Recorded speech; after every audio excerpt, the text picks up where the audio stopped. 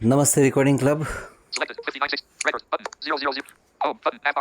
हाजिर हूँ the story of recording club part 166 लेकर के। और आज 14 अगस्त शनिवार 2021। दिन भर कुछ न कुछ चल रहा था साथियों, और व्हाट्सएप ग्रुप, यूट्यूब का काम, अपना खुद का काम, ये सब कुछ करते करते अब लगभग रात के 10:30 बज रहे हैं और अब रिकॉर्ड कर रहा हूँ आज की स्टोरी। और सिर्फ इसलिए क्योंकि वो आज देनी है। जाहिर सी बात है सुनेंगे आप लोग कल, लेकिन मुझे तो आज रिकॉर्ड करनी है। उस कमिटमेंट को पूरा करने के लिए आंखों में नींद भी है साथियों, लेकिन नींद को भी थोड़ी देर रुकना पड़ेगा, लगभग 15 मिनट। तो जब कहते हैं ना दोस्तों, हम सब एक फैमिली हैं, तो फैमिली में फिर ये सब बातें चलती हैं। इसको थोड़ा सा आप लोग बस सहन कर लीजिए, इतना चलता ही है। आज शनिवार है, 30 दिसंबर 2017 को भी शनिवार था साथियों।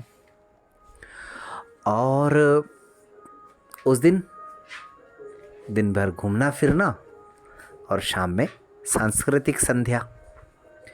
और उस सांस्कृतिक संध्या यानी कल्चरल इवनिंग का जो लिंक था लगभग 2.5 घंटे का, वो पूरा एक सेशन था। हालांकि सेशन तो और लंबा था, लेकिन वो उस यूट्यूब में 2.5 घंटे का ही आ पाया। तो उसके बाद फ़ोन की बैटरी वगैरह डाउन हो गई थी।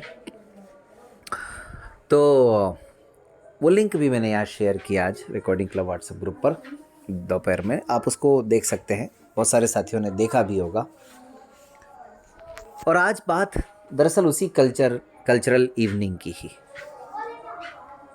मैंने आप सबसे कहा था कि करता कोई है भरता कोई है, वो यहाँ भी हुआ। दरअसल हुआ ये कि जब पहला दिन था 29 तारीख का, तो उस दिन मैंने शायद अनाउंस किया वहाँ पर स्टेज से, मैंने ही, कि भाई कल कल्चरल इवनिंग है। जो साथी इसमें कुछ न कुछ अपनी प्रस्तुतियाँ देना चाहते हैं, वो आप कृपा करके नाम लिखवा दें हमारे किसी भी वॉलंटियर को, और फिर उन्हीं प्रस्तुतियों को लिया जाएगा। ये मैंने ही कहा था कि उन्हीं प्रस्तुतियों को लिया जाएगा जो नाम लिखवाएंगे। अब दरअसल जब ये मैंने कहा था तब तो इतना सोचा नहीं था कि आगे क्या होगा। ये सोचा था 2-4 लोग नाम लिखवाएंगे और बाकी लोगों को हमें on the spot he announce करना पड़ेगा, ऐसा लग रहा था। या फिर कुछ लोग ऐसे भी होते हैं ना जो माहौल को देख करके आ जाते हैं। तो साहब कुछ साथियों ने नाम वगैरह लिखवाए अपने। अब हुआ ये कि हमारे मध्य प्रदेश के साथियों ने, जैसे कैलाश जी भाई साहब, जिनको आप हमरा ही कार्यक्रम में भी सुन चुके हैं, कैलाश मालवीय जी, नंदराम जी वगैरह, कुछ ऐसे सीनियर साथियों ने भी नाम लिखवाए। और कुछ लोग, खासकर क्योंकि मैं एमपी का जिक्र इसलिए कर रहा हूँ क्योंकि मुद्दा जो है वो थोड़ा सा बन गया था उन साथियों को नहीं आमंत्रित करने की वजह से। वो अपनी जगह बिल्कुल ठीक थे कि भाई हमने नाम लिखवाया तो हमें तो आमंत्रित किया जाना चाहिए। अच्छा, इधर क्या हुआ, उनकी लिस्ट भी आ गई। विनोद भाई ने वो लिस्ट शायद मैं मैडम को दी होगी, नीतू मैडम को या जयवंती मैडम को, या मुझे दी होगी, पता नहीं। जो भी कुल आगे मेरे पास भी वो लिस्ट आ गई थी। लेकिन अब इतना थोड़ा सा समय का अभाव था या जो भी था, उस लिस्ट को मैं किसी से दिखवा नहीं पाया, भूल भी गया, और वो लिस्ट जेब की जेब में ही रह गई। अब ऐसे में टाइम आ गया कल्चरल इवनिंग का। कल्चरल इवनिंग 6 बजे से शुरू होनी थी साथियों, लेकिन शुरू होते होते लगभग 7, सवा 7 बज गए। अच्छा, इसकी भी एक कहानी है छोटी सी, कि हम लोगों ने अपनी तरफ से किसको कहा था कि भाई आप लोग जो वाद्य यंत्र होते हैं उसकी व्यवस्था कर लेना, लेकिन शायद वो व्यवस्था हो नहीं पाई।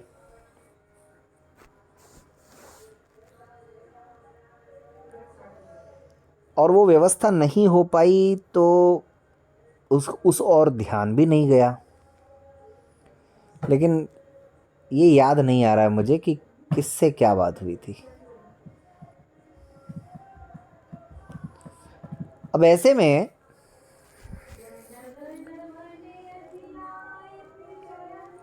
मुझे याद है सूर्य सर ने मुझे ये कहा कि संदीप भाई शाम को वाद्य यंत्र वगैरह की क्या व्यवस्था है। मैंने कहा सर किसी को बोला तो है, वो शायद कर लेंगे व्यवस्था। तो उन्होंने कहा नहीं ऐसे नहीं होता। तो उन्होंने कहा किशन जी सर को बोलते हैं, एक संतलाल जी हैं हमारे अजमेर अंध विद्यालय से ही पढ़े हुए, बहुत पुराने बहुत वरिष्ठ साथी। तो संतलाल जी के माध्यम से कम हारमोनियम तबला ढोलक वगैरह की तो व्यवस्था कर सकते हैं, की जा सकती है। तो मैंने कहा ठीक है सर, ओके कर दीजिए, आप जो भी जहाँ से भी करना है कर दीजिए। तो फिर वो किशन जी सर के माध्यम से और संतलाल जी के माध्यम से, और वो शायद कहीं आउट ऑफ स्टेशन थे, लेकिन इस कार्यक्रम के लिए जब हमारे किशन जी सर और सूर्य सर वगैरह ने रिक्वेस्ट की तो वो आ गए। और न सिर्फ आए बल्कि अपने साथ हारमोनियम तबला ढोलक वगैरह भी लेकर के आए। और ये कल्चरल इवनिंग हमारी बस हारमोनियम तबला ढोलक पर ही आधारित थी। अब आप सोचिए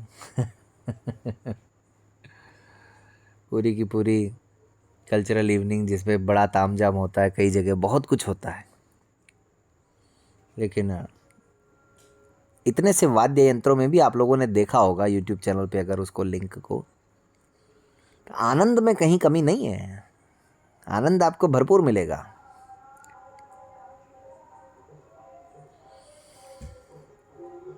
तो इस तरह से वाद्य यंत्रों की व्यवस्था हुई।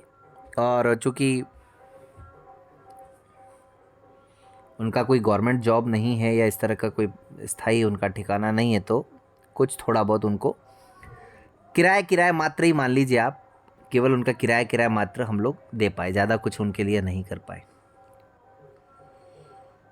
तो वो भी सर के माध्यम से, सूर्य सर के माध्यम से वो काम भी संपन्न हुआ।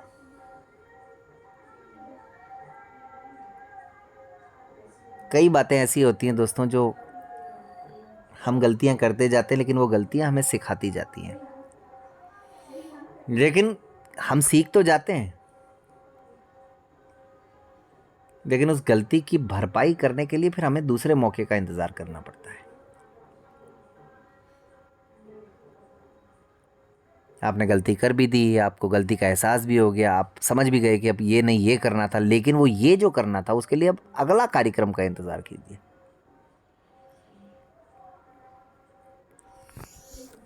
अब यहाँ पर क्या हुआ कि अभी तो साज बाज की बातें चल रही हैं, वाद्य यंत्रों की। जो हमारे कल्पेश जी हैं राजकोट गुजरात से, अक्षिका जी के पतिदेव, उनसे चर्चा चल रही थी कन्वेंशन से पहले कि भाई आप गिटारिस्ट हैं तो क्या आप गिटार ले आएंगे, सॉरी कीबोर्ड बजाते हैं आप तो क्या कीबोर्ड ला पाएंगे। तो उन्होंने कहा नहीं, ये इतना बड़ा कीबोर्ड शायद लाना संभव नहीं होगा। और जाहिर सी बात है, बिल्कुल वास्तव में ये बात सच है कि संभव होता भी नहीं है। तो वहाँ पर एक छोटा सा केशियो जो 100 आवाज़ का होता है उसकी व्यवस्था की गई। तो हम लोगों ने सोचा चलिए वो नहीं है तो ये छोटा ही बजा लीजिए। अब कल्पेश जी से जब कहा गया, रिक्वेस्ट की गई, तो शायद वो कुछ बैठा नहीं और उनको ठीक से वो भी नहीं मिला, माइक भी नहीं मिला। एक सबसे बड़ी बात एक ये भी रही कि माइक वाले भाई साहब जो है माउथ पीस भी उनको नहीं दे पाए। अब जब माउथ पीस नहीं दे पाए तो वो आवाज़ उनकी जा नहीं रही थी, तो थोड़ा उनको अजीब लगा, अच्छा नहीं लगा, अटपटा लगा। और वो बाद में फिर पता नहीं आ भी गए थे, शायद थोड़ी देर बाद उन्होंने बजाया भी सही, या मुझे याद नहीं आ रहा है कि बिना माइक के ही वो पूरे कार्यक्रम में बजाते रहे। कुल मिलाकर यहाँ मैं कुछ भूल रहा हूँ, लेकिन हाँ कुछ ऐसा इंसिडेंट हुआ था कि एक बार तो वो आ गए थे, फिर शायद वापस आ गए थे बजाने के लिए। अब हुआ ये कि चलो उनके साथ क्या कुछ हुआ वो फिर कभी सुनाऊंगा, क्योंकि वो इस घटना से मिलती जुलती बात है। बहरहाल आते हैं लिस्ट पर, आते हैं नहीं, लिस्ट से पहले बात तो कुछ और हो जाए अब यहाँ पर आते आते दोस्तों मेरा गला हो गया था ख़राब। अगर आप लोगों ने सुना हो तो थोड़ा सा पता चल गया होगा। और वैसे इस कन्वेंशन में लोगों को याद रहेगा कि ज़्यादातर साथियों का गला ख़राब हुआ, तो वो भी मैं ज़िक्र कर चुका हूँ। जो कैंपर थे पानी के, सर्दियाँ थीं, उसकी वजह से कई सारे साथियों का गला ख़राब हुआ, क्योंकि थोड़ा सा गुनगुना पानी पीना चाहिए सर्दियों में, ऐसा कहा जाता है ना। फिर ऊपर से खाना भी शानदार, कैंपर का पानी, ये इस तरह की चीज़ें फिर थोड़ी बहुत हो जाती हैं। तो मेरा गला ख़राब हो गया था भाई। गला ख़राब हो गया, मुझे थोड़ा मौका मिल गया, तो मैंने शिखा जी से निवेदन किया। मैंने कहा संचालन आप ही करिए। अच्छा, पुष्कर कन्वेंशन में तो हम दोनों ने साथ साथ किया था संचालन, तो वो अनुभव था ही कि भाई संचालन ये अच्छा करेंगी, कोई दिक्कत ही नहीं है। तो शिखा जी ने संचालन किया। अब संचालन जब किया तो मैं स्टेज पर था। हमने शुरुआत की पंकज भाई से, जो जोधपुर से हैं। अच्छा, आजकल कई सारे साथी अलग अलग मंचों से, अलग अलग माध्यमों से अपने अपने प्रोजेक्ट्स या अपने प्रोग्राम्स चला रहे हैं, लेकिन रिकॉर्डिंग क्लब की ये खुशकिस्मती है कि ऐसे तमाम साथी रिकॉर्डिंग क्लब के मंचों पर आ चुके हैं। तो पंकज टेलर जो जोधपुर से हैं, युवा, उनसे हमने शुरुआत शायद की थी, जहाँ तक मुझे याद आ रहा है। उन्होंने गज़लें कुछ सुनाई। अब ये उस समय बिल्कुल ध्यान नहीं आया कि भाई जेब में एक लिस्ट भी पड़ी है, उस लिस्ट के अनुसार चलना है।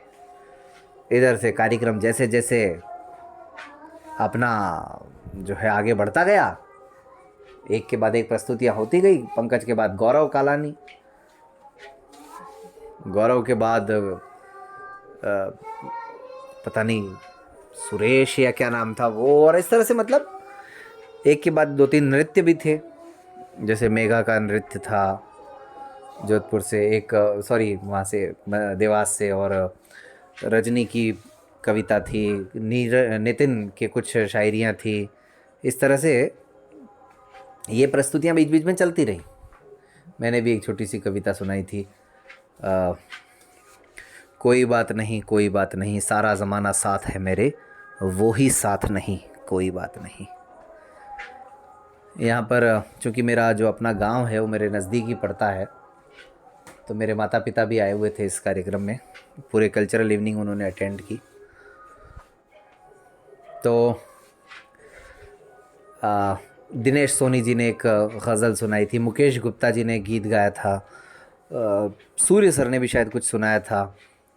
ऐसे करके बहुत सारे साथियों की कुछ ना कुछ प्रस्तुतियाँ रही थी, काफ़ी सारे साथियों की। लेकिन इन सब प्रस्तुतियों के चक्कर में हुआ ये कि मैंने उस लिस्ट में से तो उनको शायद कोई नाम बताया ही नहीं, शिखा को, क्योंकि अनाउंस तो नहीं करना था। कार्यक्रम तो ज़बरदस्त चल रहा था, लेकिन अब वो साथी मन ही मन सोच रहे थे कि भाई हमारा नंबर क्यों नहीं आ रहा, जब हमने तो नाम लिखवाया। हालांकि फिर भी कार्यक्रम समाप्त होते होते कुछ लोगों का नाम आ गया था। इधर महाराष्ट्र के हमारे कुछ साथी, स्वर्गीय, उनका नाम मैं भूल रहा हूँ, वो आए भी थे वहाँ पर।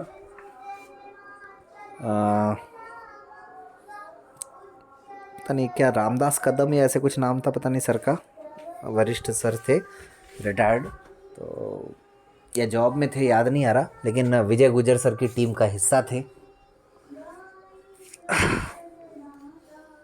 नामदेव सर नाम था उनका, यस। तो नामदेव सर ने भी कोई चलो उदयपुर करके कोई कविता सुनाई थी। और अब देखिए हमारे बीच में शिवशंकर उपाध्याय जी जैसे कवि मौजूद थे, लेकिन उनकी कोई प्रस्तुति शायद इसमें नहीं हो पाई, लेकिन उसकी भरपाई फिर आगे समापन समारोह में की गई, वो बताऊंगा आगे। तो ऐसे करके कुछ मुंबई वाले साथियों की तरफ से भी कुछ सम्मान समारोह और इस तरह की चीज़ें भी हुई थी इस कल्चरल इवनिंग में। तो ये ऐसे ही सिलसिला चलता रहा। तो साहब सबने क्या सोचा, खासकर एमपी वालों ने, क्योंकि शिखा जी भी एमपी की, कि ये जानबूझ करके हमारा नंबर नहीं लेना चाह रही हैं, और उनके ऊपर लोग नाराज़ हो गए एमपी वाले। और अब इतना मैंने सीरियसली लिया नहीं इस चीज़ को। मैं तो मजाक समझ रहा था कि यार चलो ऐसे ही होता है, आपस में जहाँ के होते हैं वहाँ नोक जोक चलती रहती है। तो मैं कुछ बोला नहीं, मैं भी उसी में कूद पड़ा कि मतलब ठीक है, छेड़ने में लग गया मैं भी इधर उधर की बातें। लेकिन वास्तविकता कुछ और थी। लोग तो बड़ी गंभीरता से ले रहे थे उस चीज़ को। उन्होंने उन्हीं पर आरोप लगाया। उनको लगा कि यही नहीं हमारा नाम लेना चाहती हैं शिखा के लिए। लेकिन सच्चाई क्या थी? गलती तो मेरी थी, मैं इसको स्वीकार करता हूँ। जब मैंने उनको बताया ही नहीं तो वो नाम कहाँ से लेंगे? और वो किसको जानते भी नहीं, उनको पता भी नहीं कौन लिस्ट कौन क्या। तो ये एक वाकया कल्चरल इवनिंग का हुआ जो कि मुझे याद है। हालांकि बाद में कोशिश तो की हम लोगों ने कि भरपाई हो जाए, उनको जो है वो दिक्कत ज़्यादा मामला बढ़े नहीं। विनोद भाई ने भी संभाला, अपनी तरफ से समझाने की कोशिश की। लेकिन वही है, कई बार वरिष्ठ साथियों को थोड़ी सी नाराज़गी हो जाती है जाने अनजाने में। तो यही हुआ यहाँ पर भी। पता नहीं वो अब नाराज़गी दूर हुई कि नहीं हुई, आज की तारीख में क्या सिचुएशन है ये तो मैं नहीं जानता, लेकिन उस समय यही परिस्थितियाँ थी। इस कल्चरल इवनिंग के बाद दोस्तों, क्योंकि जब किसी कन्वेंशन के 2 दिन समाप्त हो जाए, करीब करीब समाप्त हो रहे हों, ज़्यादातर काम हो गया हो और अब 2 ही सेशन बचे हुए हों, 1 दिन बचा हुआ हो, आधा दिन ही कहिए, बल्कि 1 दिन भी क्या, क्योंकि 1 बजे तक तो लंच करके सबको जाना था। खुशी होती है ना एक अलग सी। और सबसे बड़ी बात खुशी इस बात की कि 2 ढाई महीनों से लगे हुए थे जिस कन्वेंशन को संपन्न करने के लिए, आखिरकार वो समाप्ति की ओर अग्रसर था। और जो कुछ अड़चनें उसमें आई, जो कुछ मुश्किलें उसमें आई, तो साहब हुआ ये कि यहाँ पर फिर हमारी टीम जो थी पूरी, हमारे युवा साथियों की जो टीम थी वो रंगत में आई। और लगभग रात को 10 बजे के आसपास जो धूम धड़ाका शुरू हुआ है नाच गाने का, ज़बरदस्त डांस, किसी को कोई होश नहीं है। मतलब कर्मवीर भाई हों, अर्पण जी हों, मैं स्वयं, विनोद जी, भानु, गौरव, हमारे दोनों विपुल विपुल गर्ग खासकर उसमें से, और भी मतलब मैं नाम मुझे याद नहीं आ रहे हैं, अली भाई, अली खुद अली भी पीछे कहाँ थे। तो ऐसे करके काफ़ी सारे साथी, मतलब ये तो थे ही थे, और इनसे 1-2 ज़्यादा ही होंगे, कम नहीं होंगे। ऐसा लग रहा था कि स्टेज अब टूटे या तब टूटे, स्टेज या तो गिरने वाला है या टूटने वाला है। लेकिन वो नहीं, हिल जरूर रहा था लेकिन टूटा फूटा कुछ भी नहीं। और जो नाच रहे हैं लोग, किसी को कुछ होश नहीं है कि भाई हम कहाँ हैं इस वक्त। सब बिल्कुल झूम रहे हैं मस्ती में, उधर गाने बज रहे हैं डीजे पर, डीजे वाला बहुत अच्छे अच्छे सॉन्ग्स लगा रहा है। तो कुल मिलाकर के ये पूरा मामला काफ़ी देर तक चलता रहा। उदयपुर आप जानते हैं, बड़ा शहर, फुल वॉल्यूम में सारे काम हो रहे हैं। तभी रात को लगभग नाचते नाचते जब 1 घंटा लगभग हो गया हम सबको, सामने वाले लोग बड़े खुश, फ़ोटोज़ कैमरा वैमरा खींचने में, फ़ोटो वगैरह लेने में, क्योंकि किसी ने कुछ मतलब किसी को कोई सुधी नहीं थी। जो नहीं नाच रहे थे वो भी एंजॉय कर रहे थे और नाचने वाले तो एंजॉय कर ही रहे थे। लेकिन तभी दोस्तों कानों में एक आवाज़ आई, संदीप जल्दी से नीचे आप, बंद करिए सब, पुलिस आई है। अब आप सोचिए, इसीलिए तो कहावत बनी है, रंग में भंग पड़ना। जब इतना धूम धड़ाका चल रहा हो और फिर कोई ये कह दे कि बंद करो ये नाटक सारा, पुलिस आई है, तो आप पर क्या बीतेगी। लेकिन अब जो कुछ बीती वो बीती, इंतज़ार करिए कल रात तक का। आज तो इजाज़त दीजिए, और फिर दोहराता हूँ, आप सबका स्वागत है इस कहानी में, अगर आप लोग आना चाहें तो। आज के लिए इतना ही, मिलते हैं कल आज़ादी के अमृत महोत्सव में, काव्यांजलि स्वतंत्रता दिवस 2021 के कार्यक्रम में दोपहर 12 बजे। और अग्रिम शुभकामनाएं 75वें स्वतंत्रता दिवस की। हमारा ही कार्यक्रम भी आएगा कल। मन की आँखों से भी आएगा, और the story of recording club तो आएगा ही आएगा। धन्यवाद, नमस्कार, शुभ रात्रि।